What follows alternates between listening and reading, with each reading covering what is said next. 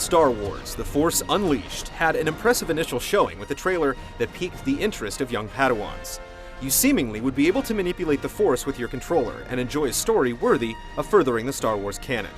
Has all the promise materialized into an amazing romp through the universe, or is it lost in space? You cannot disguise yourself from me.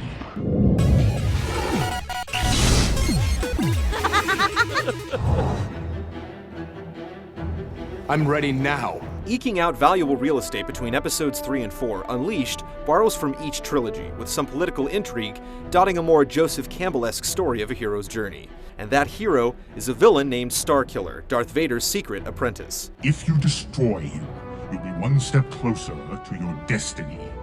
With some plot holes and blatant fan service, the story stays interesting, from the psychology of the surviving Jedi you're sent to wipe out, to the typical droid banter and the binary choice between the light and dark side that's creeping up from the moment you press start.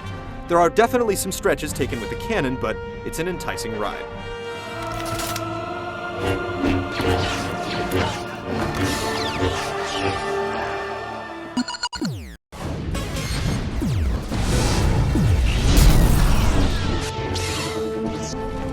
After a rousing tutorial of Wookiee genocide as Darth Vader, you jump into the Nashon Starkiller. What is your will, my master?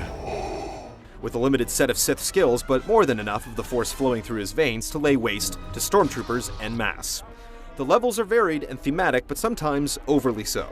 Areas tend to look the same from beginning to end, and it's easy to get turned in the wrong direction, even with a minimap.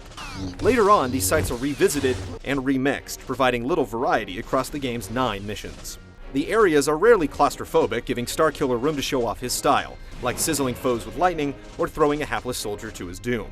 All of the above nets you a variety reward through a rudimentary leveling system based on force points, culled from dispatching enemies and completing certain objectives. You can buy new combo moves, increase stats, or strengthen force abilities. It's pretty limited, but it adds a level of accomplishment. Sadly, major abilities are unlocked by plot progression and not leveling. Despite having all the grandeur of Star Wars at its disposal, the levels can grind on thanks to all the recycled linear locales and enemies. So maybe its incredibly short length of 7 or 8 hours is for the best.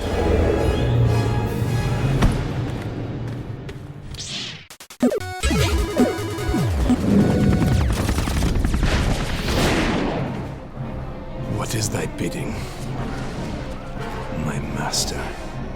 With all the Force lightning, gripping, pushing, and lightsaber combos, you'd think that the battles would be things of legend, but the combat isn't really challenging, with all the big enemies being finished off by now blasé QuickTime events. The only real power that the masses of troops possess is annoying you with extended life bars that seem oblivious to half your lightsaber swings. What's worse is that later enemies can't be thrown around like ragdolls, the game's biggest charm. It's something we've seen in PsyOps and Half-Life 2, and here it can feel wonky at times. The occasional swell of opponents creates choke points, and these encounters eventually simmer down to monotony. The enemies aren't as scared of Starkiller as they should be, instead, lining up for the slaughter. Leave no witnesses. The occasional bit of exploration may net a temporary power-up, lightsaber crystal, or some force points, but it's really a small aside. The boss battles offer some neat effects, but the spamming of force abilities will inevitably get you to another QuickTime event. Fighting eventually becomes a chore.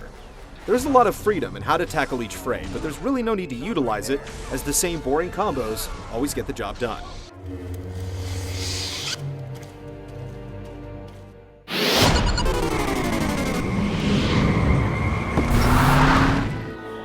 It seems that you are about to achieve your primary programming, Master.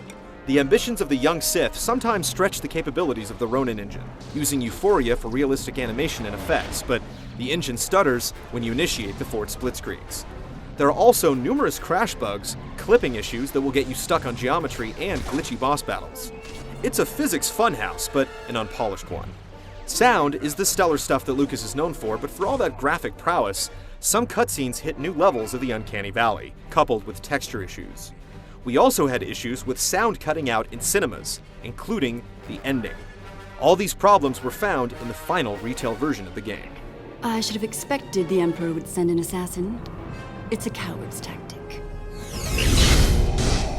Your destiny is now your own. Sever all ties to your past. No one must know that you still serve me. The Secret Apprentice has a palatable action game, which, for a change, is strengthened by its license and story. It initially delivers on its promise, but it erodes over time due to the monotony and meager difficulty that discourages exploring the combat's complexity. Long ago, in a galaxy far, far away, things like telekinesis and laser swords were enough, but now games need to back up tech with substance. This is where Star Wars The Force Unleashed turns to the dark side.